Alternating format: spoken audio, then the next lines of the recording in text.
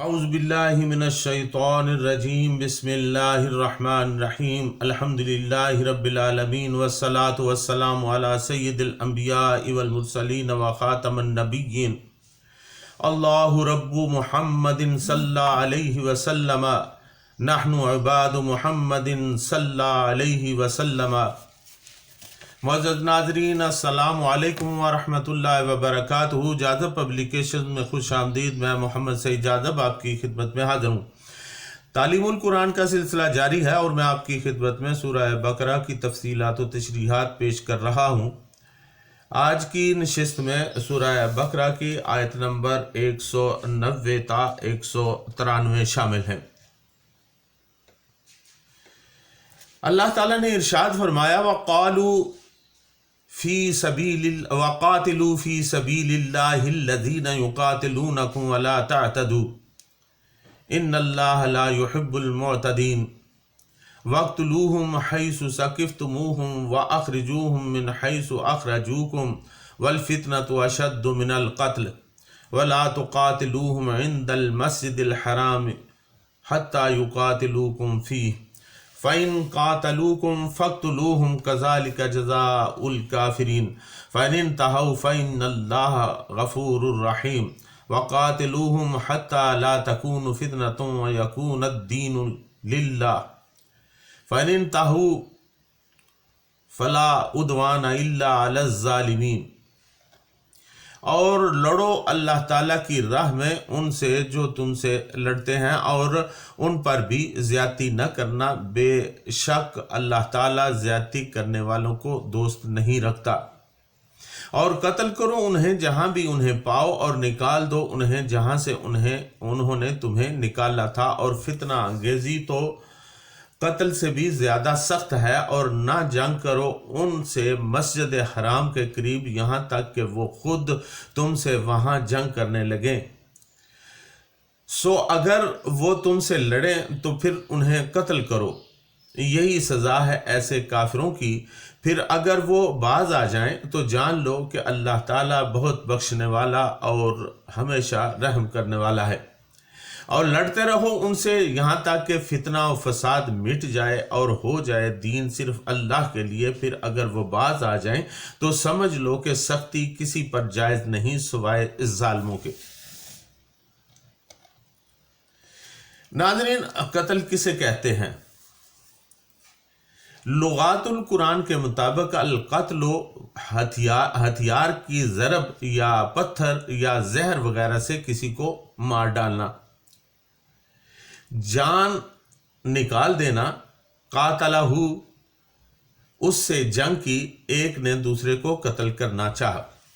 अल्लामा राग़िब रहमतुल्लाह अलैह फरमाते हैं कि इसके बुनियादी मानी ज़लील व हकीर करने और झुका देने के हैं। इब्न फारिस रहमतुल्लाह अलैह ने कहा कि इसके बुनियादी मानी ज़लील करने और मार डालने के हैं। तज़लील व तहकीर के एतबार से कत्लुन के मानी है किसी को ऐसा कर देना कि उसकी बात पर कोई ध्यान न दे, इसकी कोई परवाह न करे या उसका कोई असर बाकी न रहे। लिहाजा कुरान मजीद में यहाँ कत्ल का लफ्ज़ आएगा, हर जगह उसके मानी मार डालने के नहीं होंगे। सियाक़ो सबाक़ के एतबार से इसके मानी मुतय्यन किए जाएंगे। कहीं मार डालना, कहीं ज़लीलो हकीर करना, कहीं गैर मुअस्सर करना, कहीं तबाह व बर्बाद करना, कहीं इल्म व तरबियत से बेबहरा कर देना, कहीं लड़ाई और जंग व जदल करना वगैरह वगैरह। यहाँ इस आयत में कातिलूहुम अमर का सीगा है, यानी तुम उनसे लड़ाई करो और इस लड़ाई का मकसद फितना और फसाद ख़त्म करना है। नाज़रीन, इन आयात में उन मजलूमों और सितम रसीदों को ताकत का जवाब देने की इजाज़त दी गई है जिन पर 12-13 बरस मुसलसल जुल्म के पहाड़ तोड़े जाते रहे और तस्लीम और रज़ा के ये मुजस्समे खामोशी से बर्दाश्त करते रहे। हज़रत अबुल आलिया रहमतुल्लाह अलैह फरमाते हैं, ये सबसे पहली आयात हैं जो मदीना तैयबा में जहाद के बारे में नाजिल हुई। ان کے نزول کے بعد رسول اللہ صلی اللہ علیہ وسلم نے ان لوگوں کو کے خلاف جہاد کرتے جو آپ کے مقابلہ میں آتے، اور جو لوگ آپ صلی اللہ علیہ وسلم کے مقابلہ میں نہ آتے، آپ صلی اللہ علیہ وسلم بھی ان سے تعرض فرماتے۔ ناظرین، اسلام امن کا مذہب ہے، اس کا معنی سلامتی ہے، لیکن امن و سلامتی تبھی قائم رہ سکتی ہے جب فساد کا منہ توڑ جواب دینے کی قوت ہو، جس کو آج کل کی زبان میں مؤثر جواب یعنی افیکٹو ڈیٹرنٹ کہتے ہیں۔ سرور کائنات صلی اللہ علیہ وسلم نے شاید اسی کے پیش نظر جہاد کی تیاری کے لیے کوششوں کو جہاد اکبر اور لڑائی کو جہاد اصغر کہا ہے کہ اصل چیز جنگ کی تیاری ہے، اسلحہ کی صنعت لگانا، اسلحہ بنانا ملک کی اقتصادی حالت کی بہتری اور دفاعی ترقی کے لیے عوامی فلاح کے بنیادی کام ہیں۔ مثلاً تعلیم و تربیت اور صحت کے لیے انتظامات بھی اس جہاد اکبر میں آتے ہیں۔ مذکورہ آیات مبارکہ زیادتی کرنے والوں کے خلاف مسلمانوں کو جہاد کا حکم دیتی ہیں، تا وقت کہ فتنہ مٹ جائے، اور فتنہ کے خلاف حالت جنگ میں رہنا ہر سچے مسلمان کا لازمی شیوا قرار دیا گیا ہے۔ ناظرین، جہاد مسلمانوں پر ایک مسلسل فرض ہے۔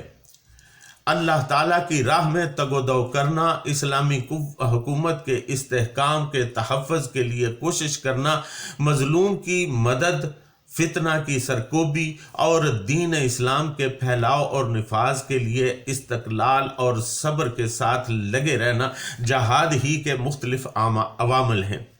جب دشمن فتنہ پر اتر آئے، امن و امان خراب کرے، برائی کو پھیلائے اور مسلمانوں سے جنگ کرے، تو اس کے خلاف جہاد کرنا ہر عاقل مرد مسلمان پر فرض ہو جاتا ہے۔ لہٰذا اللہ تعالیٰ کے اس فرمان وَقَاتِلُوا فِي سَبِيلِ اللَّهِ الَّذِينَ يُقَاتِلُونَكُمْ وَلَا تَعْتَدُوا إِنَّ اللَّهَ لَا يُحِبُّ الْمُعْتَدِينَ، اور تم لڑو ان سے اللہ کی راہ میں جو تم سے لڑتے ہیں، اور زیادتی نہ کرو، اللہ تعالیٰ زیادتی کرنے والوں کو پسند نہیں کرتا۔ اس سے صاف ظاہر ہے کہ جہاد کا مقصد صرف فی سبیل اللہ ہونا چاہیے، کوئی اور غرض ہو تو جہاد نہیں ہوگا۔ حضرت پیر کرم شاہ صاحب رحمۃ اللہ علیہ اپنی تفسیر ضیاء القرآن میں فرماتے ہیں کہ قرآن کے حکم جہاد کو سمجھنے کے لیے ضروری ہے کہ ان تین چیزوں کو خوب ذہن نشین کر لیا جائے۔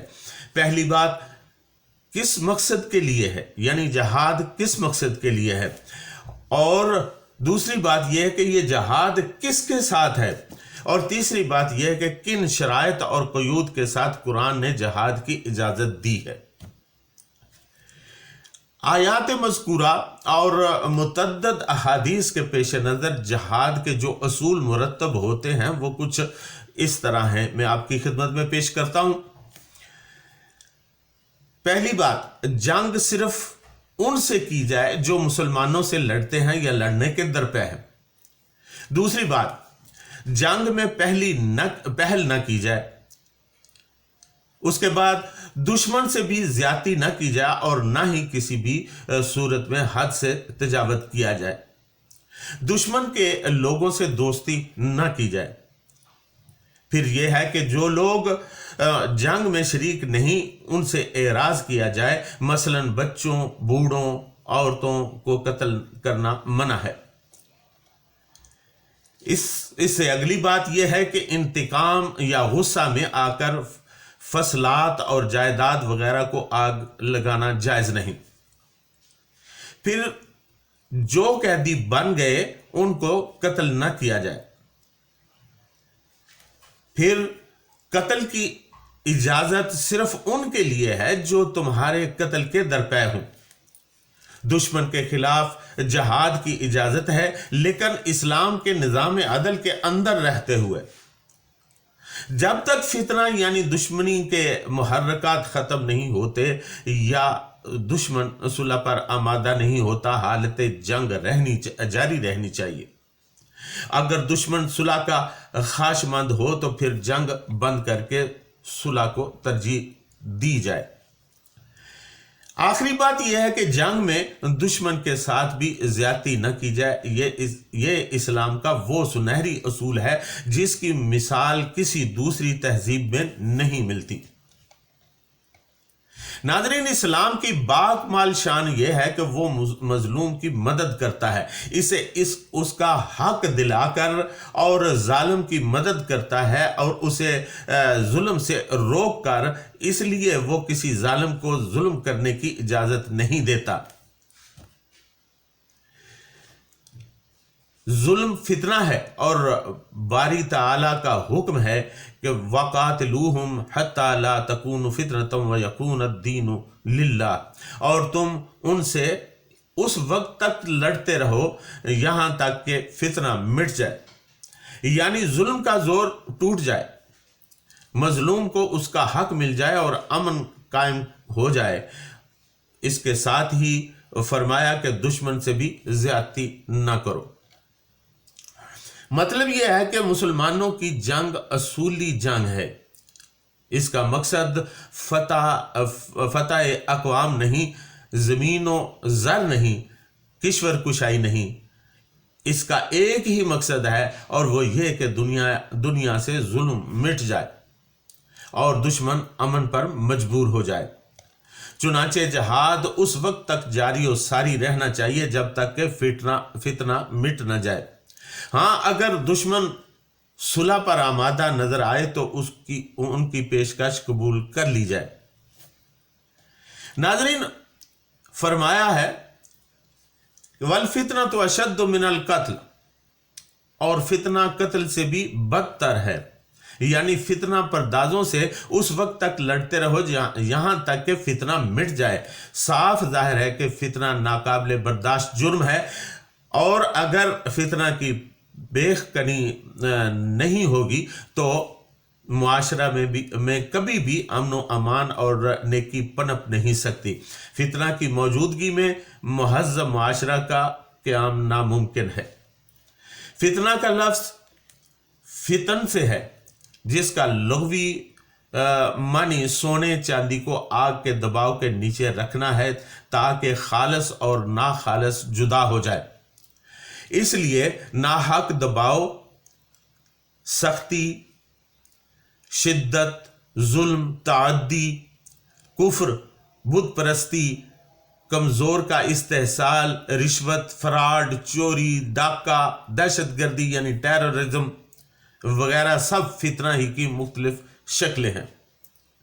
पुरफितन मुआशरा की सबसे नुमाया बुराई इस्तेहसाल और जुल्म होता है, जो तरह तरह की रूहानी, जिस्मानी, माली और मुआशरती शक्लों में नजर आता है।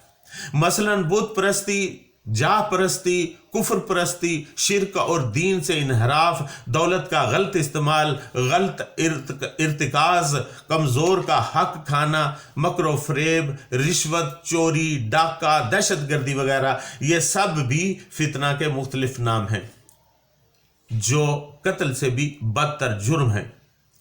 इसलिए कि कत्ल तो एक इनफरादी जुल्म है, लेकिन फितना पूरे मुआशरा की मौत है। जहां फितना का दौरा होगा, बज़ाहिर तो वहां लोग जिंदा होंगे, लेकिन इसके नतीजा में पुरआशोब हालात, परेशानियों, बेइंसाफियों, मायूसियों और कुफ्र की वजह से उनके दिल मुर्दा हो जाते हैं। मुआशरा में तरक्की और नेकी का अमल रुक जाता है। कुदरती आफात, बाहमी मसाइब और मुआशरती अजाब का दौरा होता है। यही वजह है कि मुसलमानों पर लाजम करार दिया गया है कि फितना के तमाम अवामल को ख़त्म करके ही दम लें। वला तुकातिलूहुम इंदल मस्जिदिल हराम हत्ता युकातिलूकुम फी फ़इन कातलूकुम फ़क़्तुलूहुम, और उनसे ना लड़ो मस्जिद हराम के नज़दीक यहाँ तक कि वो तुमसे लड़े, और अगर वो तुमसे लड़ें तो फिर उनको मारो। یعنی مسجد حرام میں خون ریزی منع ہے۔ عام معنوں میں اس اصول کا اطلاق تمام عبادت گاہوں پر ہے جہاں اللہ تعالیٰ کا نام لیا جاتا ہے، خصوصی طور پر مسجدیں جو اللہ تعالیٰ کے گھر کی مصداق ہیں، ان میں خون ریزی حرام ہے۔ البتہ اگر کافر یا فتنہ پرداز مسجدوں میں خون ریزی کریں تو اپنی حفاظت اور مساجد کی حرمت کے لیے وہاں بھی ان کا مقابلہ اور خون ریزی کرنا مسلمانوں پر جائز ہے۔ ناظرین، اس کے ساتھ ہی آج کی نشست میں اجازت چاہوں گا۔ اگلی نشست میں پھر سے ملاقات ہوگی۔ وما علینا الا البلاغ المبین۔